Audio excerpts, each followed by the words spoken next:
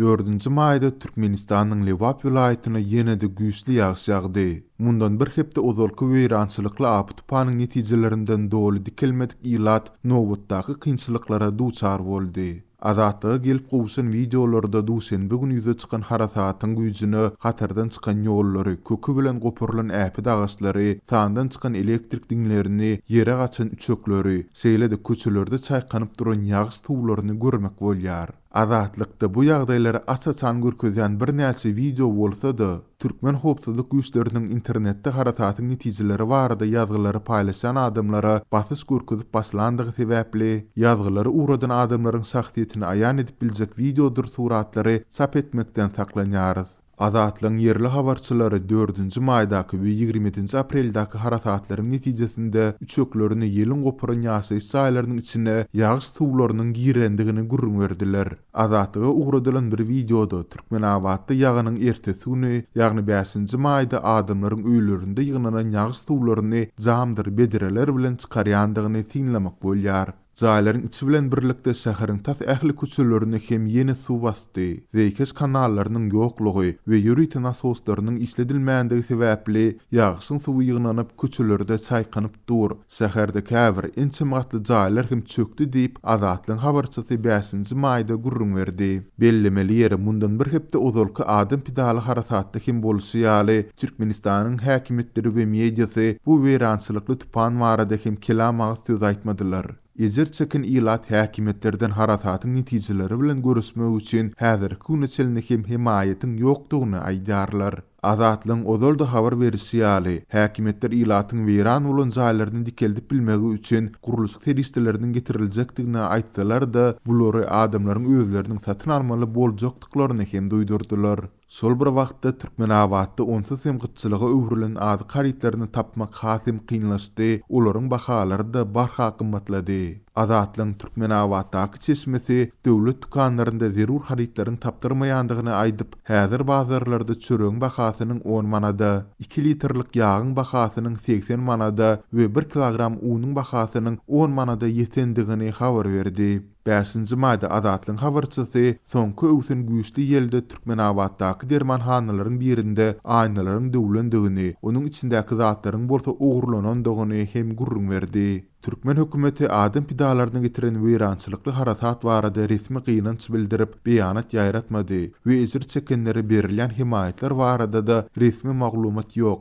Bu ağırlykda halkara hukuk toporlary Türkmen häkimetleriniň helakçylykly apy tupan barada häzir küneçelini dymyslygy saklap gelýändigini tanqidlediler. New York'da yerleşen Human Rights Watch guramaty 4-nji maýda beýanat ýaýradyp Türkmenistanda azat mediýanyň ýokdugyny belläp häkimetleriň Lewap we Mary vilayatyna gelen helakçylykly apy tupan barada maglumatlaryň syzyp çykmagyny öňüne almagy hem finansiýandyklaryny nyktaýar. Gurama Türkmen häkimetleriniň sebitlerden gelýän maglumatlary çäklendirmek urundaky finansyklarynyň netijesinde helakçylygyň asyl gerimini kesitlemegiň hem kynlaşandygyny belleýär. Azatlyň çeşmeleri weýrançylyklar bilen bir hatarda apy tupanda azyndan 30 adamyň helak bolandygyny, olaryň köpüsiniň çağalardygyny hem aýdarlar. Human Rights Watch guramaty Türkmen häkimetleriniň öz sebitlerinde bolup geçýän ýagdaýlary video alýan adamlara awlamak bilen meşgulanmaly däldigini, häzirki pursatda ejir çeken adamlara badawat himayet bermelidigini belleýär. Bu ağırlykda daşary ýurtlardaky Türkmen aktivistleri we opozisiýa toporlary Türkmen häkimetleriniň tebii harasatdan ejir çekenlere himayet berip başlamalydygyny talap edip Change.org web saytynda petisiýa çap etdiler. Howa maglumatyna gözegçilik edýän Media Jurnal internet nesiriniň maglumatyna görä, bir gece gündiň dowamında Türkmenabada 48 mm ýagyn ýagyp, bu ýyllyk normanyň 35,6%-na deňdir.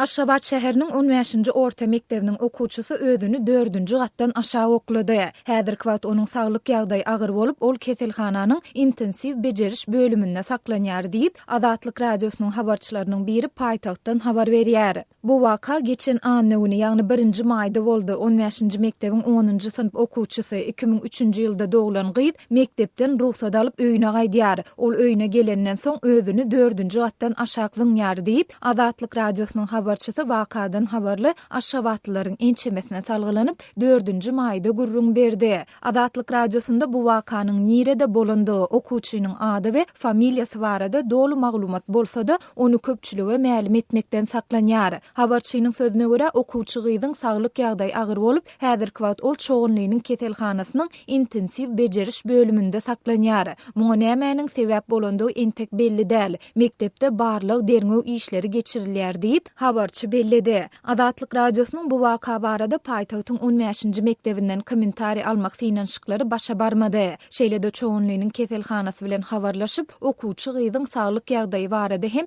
resmi maglumat alyp bolmady. Habarçy mektep okuwçylarynyň öz janyna kasd etmek ýa-da oňa synanşmak bilen bagly ýagdaýyň bagtal ýüze çykýandygyny aýdyp, geçen okuw mögsüminde bolan bir wakany gurrun berdi. Bagtyarlyk etrafynda yerleşen köşüniň orta mektebinde 14 ýaşly yetkinjek gyz pajigaly ýagdaýda aradan çykdy. Ol gyzyň namysyna degilendigi sebäpli uksuz kislatasyny içip özüni helakländigi aýdyldy diýip habarçy aýtdy. Galyberse-de habarçy ýakynda Aşgabatyň 15-nji mektebinde ýokary sınıf okuwçylaryň arasynda ýakalaşygyň bolandygyny we şonda agyr yaralanan bir oglanyň henüz hem keselhananyň intensiv bejeriş bölüminde saklanýandygyny belledi. Şonda 16-njy mektebin ýokary sınıf okuwçylarynyň bir toporu 15-nji mektebe geldi. Olaryň arasynda toporlaryň uruş dawa ýakalaşyk boldy. Okuwçylaryň köpüsi yaralandy. Olaryň arasyndan 15-nji mektebiň bir okuwçysy henüz hem keselhananyň intensiv bejeriş bölüminde saklanýar diýip habarçy aýtdy. Ol bu waka bilen bagly derňöw işiniň dowam edýändigini hem sözüniň üstüne goşdy. Adatlyk radiosy bu waka bilen bagly hem degişli türkmen häkimetlerinden şolsanda Aşgabatyň polisiýa bölümünden kommentari alyp bilmedi. Adatlyk radiosynyň habarçylary ýokary sınıf okuwçylaryň ýakalaşmagy bilen bagly ýagdaýlaryň ýyl-ýyldan gaýtalanýandygyny we muňa hususan da sosial deňsizlikleriň ýitileşmeginiň sebäp bolýandygyny belleýärler. Ýokary gatlaryň çağalarynyň sosial ýagdaýy pesräk deňduşlaryny kemsitmegi, äsgermendligi şeýle-de guruply hojalyklaryň çağalarynyň toporlara bölünmegi, garyp we baý gatlaklaryň arasynda dartgynlyklaryň we dawa jenjelleriň döremegine getirýär. Muallimleriň hem özleriniň garamagyndaky okuwçylary deň tutman derslerde garyp hojalyklaryň çağalaryny adalatsız baha goýmak bilen bagly ýagdaýlar ýüze çykýar. Bu ýagdaýlar yetkinjekleriň päk kalplarynyň çökgünlige uçramagyna we durmuşa bolan hyjularynyň puja çykmagyna getirýär diýip habarçy aýtdy. Qırgız Indigo toporu LGBT adamlarynyň Türkmenistanaky durmuşy barada hasabat çap etdi. Qırgızistan LGBT jemgyýetlerini goldap çykyş edýän hökümeti değişli bolmadyk gurumu anyk adam ykbarlarynyň misalyny Türkmenistanaky LGBT wekilleriniň duçar bolýan meseleleri barada hasabat çap etdi. Bu barada Fergana neşri 4-nji maýda habar berdi. Qırgız Indigo toporunyň bu mesele boýunça Türkmenistanyna geçiren pikir soraşygyny öňünden gatnaşmagy meýilleşdirilen 40 adamdan howpsuzlyk aladylary sebäpli diňe 9 adam gatnaşypdyr. Ýöne 9 adamyň beren gurrunlary LGBT adamlarynyň dünýäniň iň ýapyk ýurtlarynyň birine nähili ýaşaýanlyklaryny düşünmek üçin ýeterlikdi diýip Fergana ýazýar. Toporun gözlegçisi Türkmenistanaky ýagdaýlary öwrenmek babatyna gelen netijeleriniň sebäplerini neşri gurrun berdi. Ol sebitdäki beýleki ýurtlaryň Türkmenistanyň başga ählisindäki hyzmatdaşlary bilen ýakyn gatnaşyk saklaýanlyklaryny, ýöne özlerini Türkmenistan barada maglumatyň ýokdugyny gurrun berdi. Biz ýagdaýy ýitgetmek kararyna geldik, ýöne olar barada biziň berýän gurrunlarymyz däldi, olaryň özleri barada berýän öz gurrunlary biziň üçin wajypdy diýip ol aýtdy. Howpsuzlyk ýagdaýlary sebäpli ady aýdylmaýan gözlegçi sosiolog şondan soň işe girişýär we belli tanışlyk saýtlarynyň üstü bilen Türkmenistanaky LGBT adamlary bilen aragatnaşyga geçmäge synanýar. 3 ay çeken synanşykdan soň onuň barlygyna ýardam bermek isleýän bir adam peýda bolýar we şonuň üstü bilen Türkmenistanyň LGBT wekilleriniň durmuşy barada pikir soraşyk geçirýär. Pikir soraşykda 4-si aýal, 5-si erkek adamlaryny barada topor Türkmenistanyň LGBT durmuşyna değişli meseleleri barada maglumat berýär. Hasabatda Türkmenistan'daki LGBT wekilleriniň jinayet ýazarlamalary sebäpli gizlenip ýaşamaly bolýanlyklary, şeýle-de üstü açylan halatyna olaryň ýurdun edaralary tarapyndan ýanamalara sedewar edilýänligi we kanun goraýjylaryň berk gödäwçiligi astyna saklanýanlyklary bellenilýär. Türkmenistan homoseksual gatnaşyklary jinayet hasaplaýar. Ýurdun jinayet kodeksiniň 135-nji maddasy beçewazlyk boýunça 2 ýyl içinde türme tutsaglygyny göz öňünde tutýar. Türkmenistan'daki LGBT jemgyýetiniň wekilleri barada wagtyl-wagtyl diňe garaşsyz habar terişdelerde maglumat berilýär.